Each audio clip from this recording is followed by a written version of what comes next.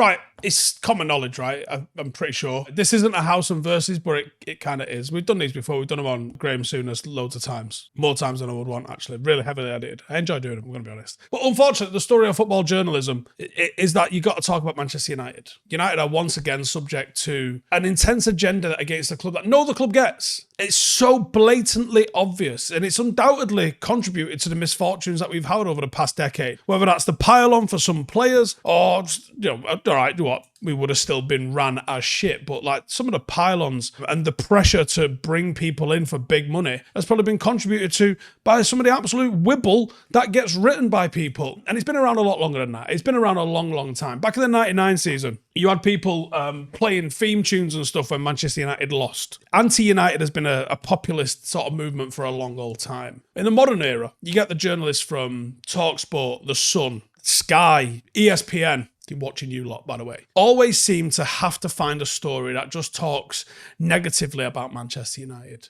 Not one person can name me another club that gets scrutinised even half as much as Manchester United do. Like, Liverpool lost their first pre-season game against Preston, of all teams. There was no coverage of it. None. Zero. But Manchester United lose a pre-season game, and it's like, close the place down. If you look at social media, which it is what it is, I guess, there is a constant flow of wibble getting posted about United all the time. It happens on podcasts, it happens on Twitter, Instagram, it's TikTok, it's everywhere. There's been some ones this week. Jamie O'Hara, he loves one, for starters, on Talksport. He said, slams Manchester United boss Erik ten Hag for his huge claim. Right? Let's have a look what he said then. So in the recent interview, Erik ten Hag said that he should be considered second only to Pep Guardiola in terms of success in English football since he arrived at Old Trafford. Jamie O'Hara, not impressed with that, slammed him alongside Shemina Hearn and Dean Saunders. He says, we've got to start all this again with Man United. He's done all right. He's won some trophies there. Man United, they've spent about 800 million. Not factual, by the way.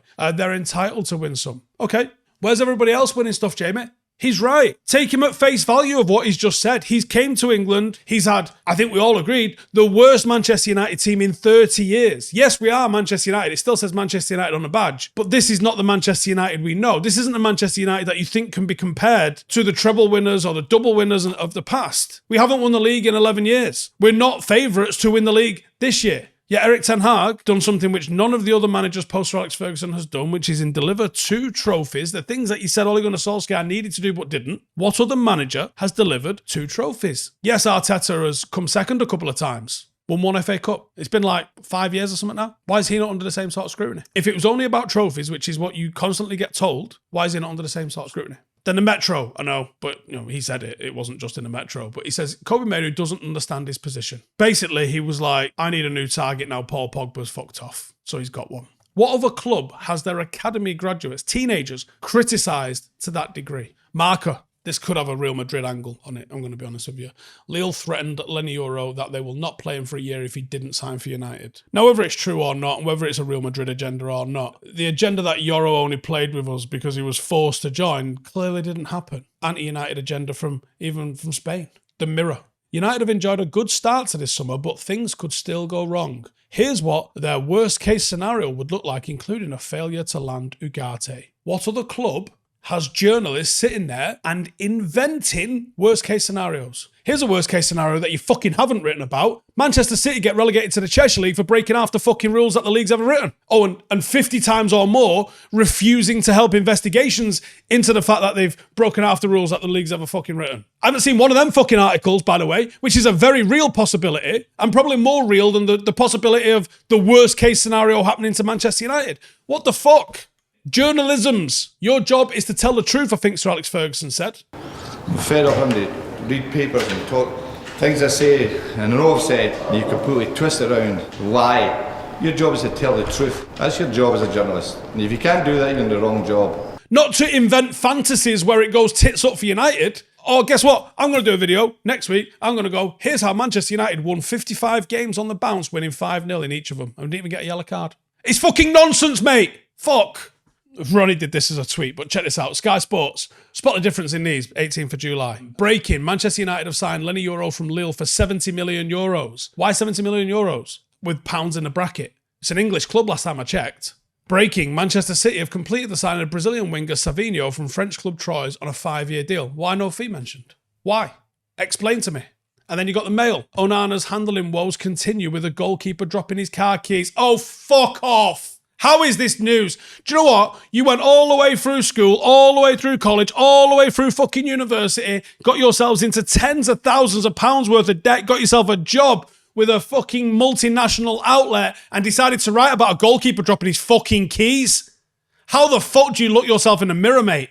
As the United squad return home after their Bayern Munich defeat. Fuck off. Fuck off, honestly. Do you know, if Manchester United had any backbone, they would be pulling up all of these articles and be like, you, fuck off. You don't deserve to be coming into a press conference if this is the shit that you write about. The Manchester Evening News, as we know, former great local newspaper, now disreputable online blog, because that's all it is. The headline, Everton baffled by Lenny Yoro fee amid Manchester United bids for Jarrod Branthwaite. So the usual again, posting an anti-United article while being supposedly the MEN's chief Manchester United writer. He questions the Euro deal and inflates the price for Branthwaite. And he says, it's understood, figures at Everton are surprised that United have agreed a steep fee for a defender 3 years younger than Branthwaite, who is out of contract next year, has no international experience and plays in League One. Quality is quality at the end of the day. Chris Smalling had played how many years in the fucking Premier League? Didn't make him Maldini, did it, you fucking dick?